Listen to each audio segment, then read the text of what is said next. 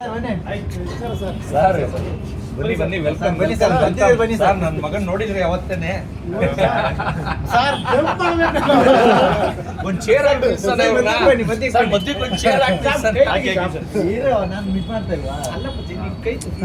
Sir ಇವತ್ತು ಅವ್ರ ಮಗ ಫೇಲ್ ಆಗಿರೋದಕ್ಕೆ ಪಾರ್ಟಿ ಕೊಡ್ತಾರೆ ಕರಿಬೇಸರ್ ಸರ್, ಏನ್ ಹೇಳ್ತೀರಾ ಸರ್? ಸರ್ ನೋಡಿ, ಅವರು ಬಿಗ್ ಬಾಸ್ ಮನೇಲಿ ಯಾವಾಗಲೂ ಹೇಳ್ತಾರೆ ಅವರು ನಮ್ಮ ಸತೀಶ್ ಕಡಬ ಸರ್, ನನ್ನ ಮಗ ಏನಾದರೂ ಬೈ ಚಾನ್ಸು ಫೇಲ್ ಆದರೆ ನಾನು ಪಾರ್ಟಿ ಕೊಡ್ತೀನಿ ಅಂತ ಹೇಳ್ತಾ ಇದ್ದಾರೆ. ಅವರು ಇವತ್ತು ನುಡಿದಂತೆ ನಡೆದಿದ್ದಾರೆ. ಇನ್ನೊಂದು, ಅವರು ಫೇಲ್ ಆಗಿರ್ಬೋದು, ಬಟ್ ಜೀವನದ ಪರೀಕ್ಷೆಯಲ್ಲಿ ಸತೀಶ್ ಕಡಬ ಸರ್ ಅವರು ಪಾಸ್ ಆಗ್ತಾ ಇದ್ದಾರೆ. ಹೆಂಗೆ ಅಂತ ಕೇಳ್ತೀರಾ? ಪ್ರತಿದಿನ ಏನಾದರೂ ಒಂದು ವಿಚಾರಗಳನ್ನು ಅವರು ಹೇಳ್ತಾ ಹೋಗ್ತಾರೆ. ಅಂದರೆ ಅವರ ಒಂದು ವಿಚಾರಗಳನ್ನು ಹೇಳ್ತಾ ಹೋಗ್ತಾರೆ.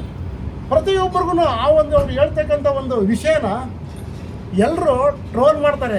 ಇವ್ರು ಹೇಳಿರ್ತಕ್ಕಂಥ ವಿಷಯಗಳನ್ನು ಗೂಗಲಲ್ಲಿ ಸರ್ಚ್ ಮಾಡ್ತಾ ಇದ್ದಾರೆ. ಅಂದರೆ ಪ್ರತಿಯೊಬ್ಬರಿಗೂ ಇವರು ಪರೀಕ್ಷೆಗೆ ಒಳಪಡಿಸ್ಬಿಟ್ಟು ತಾವು ಜೀವನದ ಪರೀಕ್ಷೆಯಲ್ಲಿ ಪಾಸ್ ಆಗ್ತಾ ಇದ್ದಾರೆ ನಮ್ಮ ಸತೀಶ್ ಕಡಬ ಸರ್. ಇದು ವಿಶೇಷ. ಯಾಕಂದರೆ ನೀವೆಲ್ಲ ಅಂದ್ಕೊಂಡಿರ್ಬೋದು, ಏನಪ್ಪ ಇವರು ಫೇಲ್ ಆದ್ರೂ ಪಾರ್ಟಿ ಕೊಡ್ತಿದ್ದಾರೆ ಅಂತಂದು.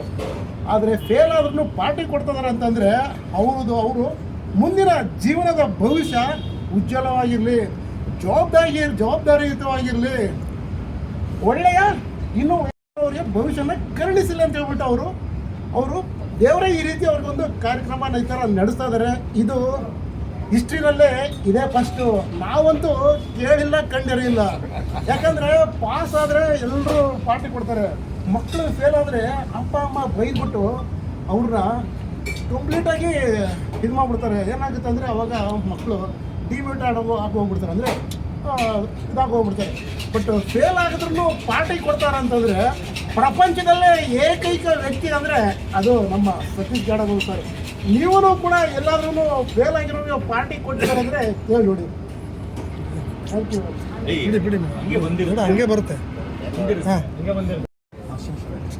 ಸರ್, ಈಗ ಯಾರ್ಯಾರು ಇನ್ವೈಟ್ ಮಾಡಿದ್ದೀರಾ ಹಂಗೋ ಗೊತ್ತಿರ ಇನ್ವೈಟ್ ಸರ್? ತುಂಬ ಜನ ಬರ್ತಾರೆ. ಅಕ್ಷರೈ ಬರ್ತಾ ಇದ್ದಾರೆ, ಸೋನುಗೌಡ, ಗೋಲ್ಡ್ ಸುರೇಶ್, ಎಲ್ಲ ಬಿಗ್ ಬಾಸ್ ಅವರು, ಕಾಕ್ರೋಚ್ ಸುದ್ದಿ ಅವರು ಬರ್ತಾ ಇದ್ದಾರೆ. ನಂದು ಜಂಟಿ ಚಂದ್ರಪ್ರಭಾನು ಕರೆದಿದ್ದೀನಿ. ಅವ್ರು ಏನು ಮುನ್ಸ್ಕೊಂಡು ಬರ್ತಾರೋ ಇಲ್ಲ ಗೊತ್ತಿಲ್ಲ, ಎಲ್ಲಾರನ್ನೂ ಕರೆದಿದ್ದೀನಿ. ತುಂಬ ಸೆಲೆಬ್ರಿಟೀಸ್ ಬರ್ತಾ ಇದ್ದಾರೆ ಸರ್. ನೀವು ಲಾಸ್ಟ್ ಟೈಮ್ ಹೇಳಿದ್ರಿ ಸರ್, ಈಗ ಬಿಗ್ ಬಾಸ್ ಅಲ್ಲಿ ಅಂದ್ರೆ ಹೊರಗಡೆ ಬಂದವ್ರಿಗೂ ಕೊಡ್ತೀನಿ, ಅದೇ ರೀತಿ ಫೇಲ್ ಆದ್ರಿಗೂ ಅದು ಬೇರೆ. ಇದು ಬೇರೆ ಸರ್. ಇದು ಮಗ ಫೇಲ್ ಆಗಿರೋದು ಕೊಡ್ತೀನಿ ಸರ್. ಅದಕ್ಕೂ ಬಿಗ್ ಬಾಸ್ ಅಲ್ಲಿ ಸೋತವ್ರ ಪಾರ್ಟಿ ಅಂತ, ಸೋತ್ ಬಂದವ್ರಿಗೆ ಮಾತ್ರ ಸೀಸನ್ 1 ಇಂದ 12 ವರೆಗೂ ಯಾರ್ಯಾರು ಸೋತ್ ಬಂದಿದ್ದಾರೆ ಅವ್ರಿಗೆ ಮಾತ್ರ, ಗೆದ್ದು ಬಂದವ್ರನ್ನ ಒಳಗೂ ಸೇರ್ಸಲ್ಲ ಸರ್.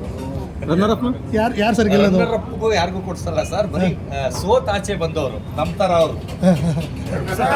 ಅವ್ರು ಏನು ಹೇಳಿದ್ರು ನೀವೆಲ್ಲರೂ ಒಂದು ಕಲ್ಪನೆ ಮಾಡ್ಕೊಂಡಿರ್ಬೋದು. ಕಲ್ಪನೆಗೆ ಮೀರಿದ ವ್ಯಕ್ತಿ ಅಂದ್ರೆ ಅದು ಸತೀಶ್ ಕಡಬ ಸರ್. ನಿಮ್ ಬಗ್ಗೆ ತುಂಬಾ ಹೇಳ್ತಾರೆ ಸರ್ ಅವರು, ನಿಮ್ ಬಗ್ಗೆ ತುಂಬಾ ಹೇಳ್ತಾರೆ. ಒಳಗಡೆ ಸರ್ ಇವ್ರ ಬಗ್ಗೆ ನಾನು ಹೇಳಕ್ ಇಷ್ಟಪಡ್ತೀನಿ. ಇವ್ರು ಒಳಗಡೆ ಬಂದು ಅಷ್ಟು ಎಂಟರ್ಟೈನ್ಮೆಂಟ್ ಮಾಡ್ತಾ ಇದ್ರು ಸರ್. ಅಲ್ಲಿರೋರೆಲ್ಲ ತಲೆ ಮೇಲೆ 2 ಕೊಂಬಿದ್ದಂಗೆ ಹೆಸರು ಹೇಳಲ್ಲ.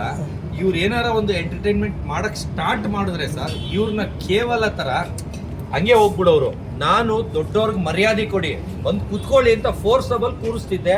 ಇವ್ರ ಮುಂದೆನೇ ಹೇಳ್ತಾ ಇದೀನಿ, ಇವ್ರ ಬಾಯಿಂದಾನೇ ಕೇಳಿ. ಯಾಕಂದ್ರೆ ಕಲೆಗೆ ಬೆಲೆ ಕೊಡಬೇಕು. ಅವ್ರು ಏನ್ ಮಾಡ್ತಾ ಇದ್ರು ಅದಕ್ಕೆ ಎಂಕರೇಜ್ ಮಾಡ್ಬೇಕು. ಅವ್ರು ಮುಗಿಯೋವರೆಗೂ ಕುತ್ಕೊಳ್ಳಿ, ಆಮೇಲೆ ಬೇಕಾದ್ರೆ ಎದ್ದೋಗಿ.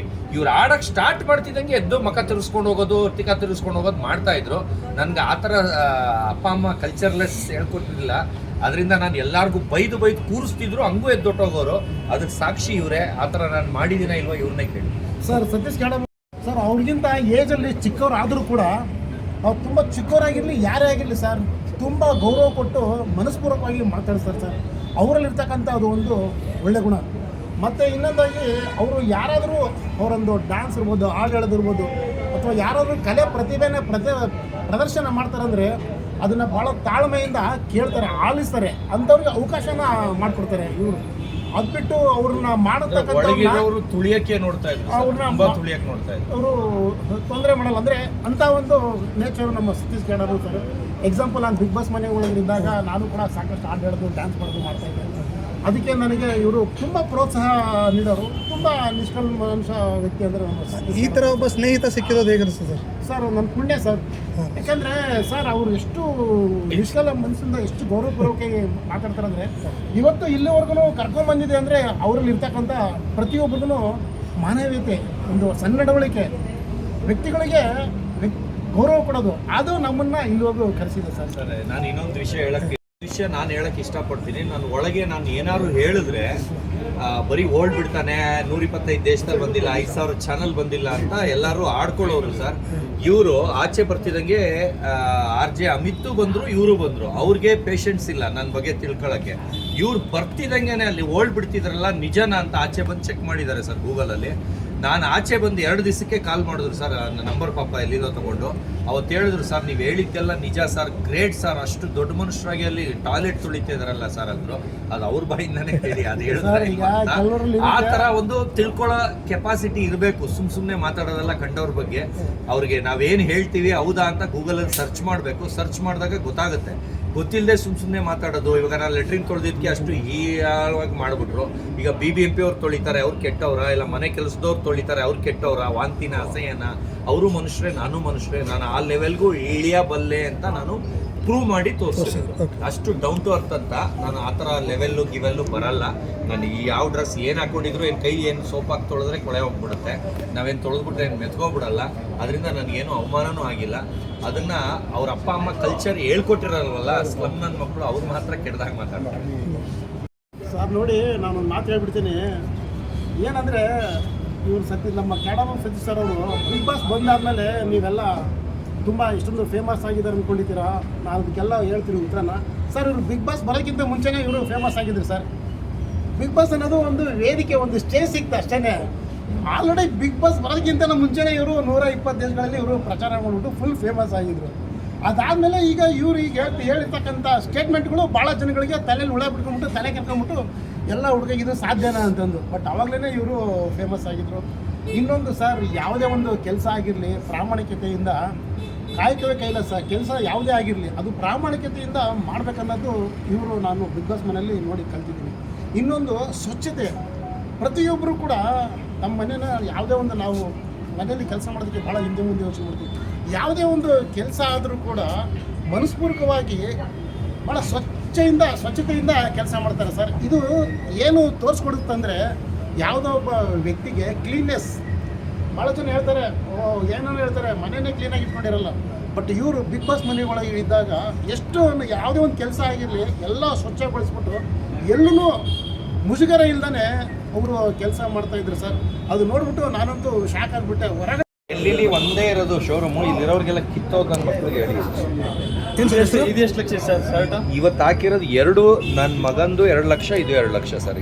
ನನ್ನ ಹತ್ರ ಇರೋದ್ರಲ್ಲೇ ಟಾಪ್ ಎಂಡ್ ಇದು. ಅದಕ್ಕೆ ಇವತ್ತಿಗೋಸ್ಕರ ಹಾಕೋಬೇಕಂತಾನೆ ಇವತ್ತು ಹಾಕೋ ಬಂದಿರೋದು. ಹರ್ಷ ಬಾಯಿಲೆ ಈ ಪಾರ್ಟಿಗೋಸ್ಕರ ಹಾಕೊಂಡ್ ಬಂದಿದೆ ಸರ್. ಇವತ್ತು ಫಂಕ್ಷನ್ ಫೇಲ್ ಪಾರ್ಟಿಗೆ ಹಾಕ್ಬೇಕು ಅಂತ ಅವತ್ತಿಂದ ಎತ್ತಿಟ್ಟಿದ್ದೆ. ಸರ್, ಇದು ಇದು ಮೊದಲಿಂದ ಬಿಗ್ ಬಾಸ್ಗೆ ಅಂತ ತಗೊಂಡಿದ್ದು. ಅಂದ್ರೆ ಬಿಗ್ ಬಾಸ್ ಒಳಗೆ ಹಾಕಕ್ಕಾಗ್ಲಿಲ್ಲ. ಅದು ಕಸ ಥರ ಎಲ್ಲೆಲ್ಲಿ ನೆಲದಲ್ಲಿ ಇಟ್ಟಿದ್ದು ನೀವೆಲ್ಲ ನೋಡ್ತಾ ಇದ್ರಲ್ಲ, ಅದೆಲ್ಲ ಇದೇ ಶರ್ಟ್ಗಳು. ಅಲ್ಲಿ ಹಾಕ್ತಾ ಇರೋದು ಈಗ ಒಂದೊಂದು ಫಂಕ್ಷನ್ಗೆ ಹಾಕೊಂಡು ಬರ್ತಾ ಇದ್ದೀನಿ. ಇವತ್ತು ನನ್ನ ಮಗ ಹಾಕಿರೋದು 2 ಲಕ್ಷ ರೂಪಾಯಿ ಶರ್ಟು. ಹರ್ಷ ಬಾರೋ ಸರ್. ಇಷ್ಟು ಕಾಸ್ಟ್ಲಿ ಶರ್ಟ್ಗಳು ಸರ್, ಇಷ್ಟು ಕಾಸ್ಟ್ಲಿ ಶರ್ಟ್ಗಳು ಹಾಕ್ತೀರಿ, ಧರಿಸ್ತೀರಿ. ಒಂದ್ ವೇಳೆ ಮನೇಲಿ ಏನಾದ್ರೆ ಎಲ್ಲ ಒಂದ್ ಕಡೆ ಮಿಸ್ ಆದ್ರೆ ಬೇಜಾರಾಗಲ್ಲ ಸರ್? ಕಾರಲ್ಲೇ ಕಳ್ತನ ಆಗ್ಬಿಟ್ಟಿದೆ ಸರ್. ನನ್ನ ಹುಡುಗರಿಗೆ ಎಲ್ಲರೂ ಫಂಕ್ಷನ್ಗೆ ಹೋದಾಗ ನಂದು ಅವಾರ್ಡ್ ಬಂದಿರುತ್ತೆ, ಸನ್ಮಾನ ಮಾಡಿರೋದು, ಶಾಲು ಏನಾರ ಇರುತ್ತೆ. ಯಾರೋ ಆ ಟೀಮ್ ಅವ್ರಿಗೆ ಕೊಟ್ಟಿದ್ದೀನಿ ಸರ್. ಅವತ್ತೊಂದು ಕ್ಯಾಮ್ರಾನು ಕಳ್ತನ ಆಗಿದೆ ಸರ್. ಅರ್ಥ ಆಯ್ತಾ? ನಾನು ಒಂದು ಪೊಲೀಸ್ ಕಂಪ್ಲೇಂಟ್ ಕೊಡೋಣ ಅಂತಿದ್ದವನು ಸುಮ್ಮನೆ ಬಿಡು ಹೋದ್ರೋಗ್ಲಿ ಅಂತ. ಆ ಥರ ತಲೆ ಕೆಡಿಸ್ಕೊಳ್ಳೋದು. ಯಾಕಂದ್ರೆ ಅದರಿಂದ ನೆಮ್ಮದಿ ಹಾಳು, ಅದರಿಂದ ಟೈಮ್ ವೇಸ್ಟು, ಅಲಿಯೋದ್ರಿಂದ. ಒಳ್ಳೆ ಮಾತಲ್ಲಿ ಕೇಳಿದೆ, ಅವ್ರು ಒಪ್ಕೊಳ್ಳಿಲ್ಲ. ನಂಗೆ ಅವರೇ ತೊಗೊಂಡಿರೋದು ಅಂತ ಗೊತ್ತು, ಅವ್ರು ಒಪ್ಕೊಳ್ಳಿಲ್ಲ. ಅದು ಒಂದು ಈವೆಂಟ್ ಆರ್ಗನೈಸರ್ ಅವರ ಅಕ್ಕನ ಮಗ ಅವನು. ಅದು ಕ್ಯಾಮ್ರಾಲೇ ಹಂಗೆ ಲೈವ್ ಆಗೇ ಬಂದಿದೆ, ಹಂಗೂ ಒಪ್ಕೊಳ್ತಾ ಇಲ್ಲ ಅವನು. ಹೋದ್ರೋಗ್ಲಿ ಅಂತ ಬಿಟ್ಬಿಟ್ಟು. ಅದು ಇವ್ರ ಬಾಸ್ತೆ ಕ್ಯಾಮ್ರಾ ಕಳ್ತಾರ ಇದು ಬರೋ ಇಲ್ಲಿ